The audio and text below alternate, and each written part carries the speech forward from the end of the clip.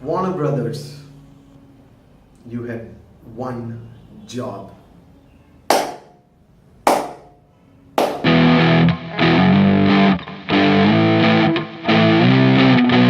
So finally, the dream of every fanboy has come true, apparently. Justice League is here, guys.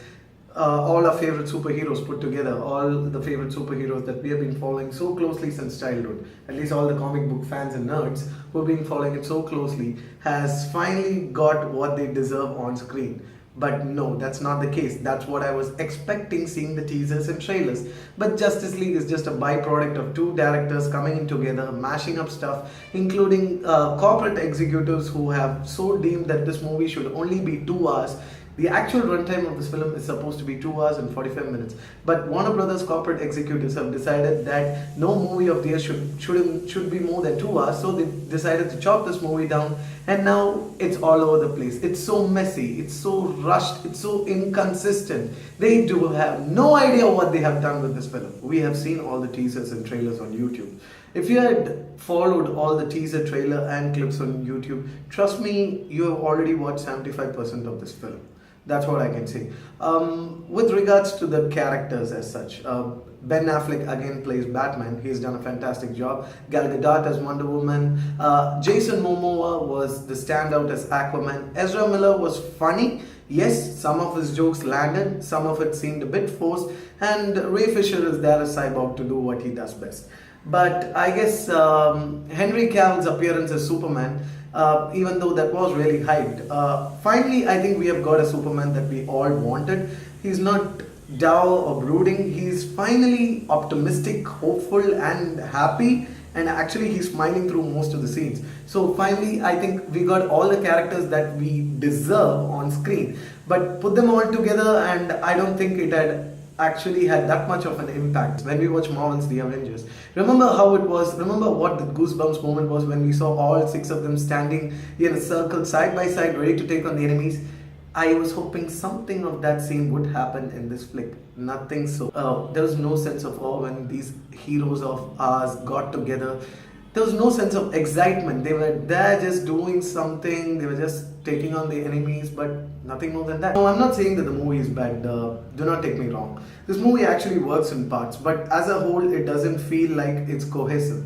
Warner Brothers only had to give us a movie which we all wanted, and they decided to chop it up. They decided to make it tonally inconsistent. Now, this film was plagued with production issues. Trust me when I say it. This movie had replaced directors also, and it's pretty obvious as well. There is a light touch of Joss Whedon here and there. He's the replacement director hired when Zack Snyder left directing duties. So there were a ton of reshoots that happened. This is an information for you guys. Henry Cavill had already started filming Mission Impossible 6, where he had already sporting a nice mustache actually. Since Justice League, they had to reshoot a lot of scenes. Most of Henry Cavill's mustache was CGI removed, and that was looking really bad. It was predominant. It was seemed like as if he had an extra upper lip as well. The CGI was pretty clunky, and apparently millions of dollars were spent just to remove Henry Cavill's mustache. That bad. This film was plagued with production issues. 2 years ago, the teaser trailer was different. The same scene which was shown now is entirely different. It's actually, they have added an extra layer of CGI over it. So I don't know what went wrong with this movie, but this film is a messed byproduct of so many things coming together. Comic book fans will actually know what exactly is going on screen. I mean, even though it's chopped up in parts, we would actually fill in the bits by saying, hey, I remember the comic, I know this is what happens. But I can't say the same for the general going audience, and I don't think it would be much of a great, enjoyable experience for them if they go and sit in this film. And as far as I can say, Justice League is just a passable one-time watch at the most. Nothing more than that.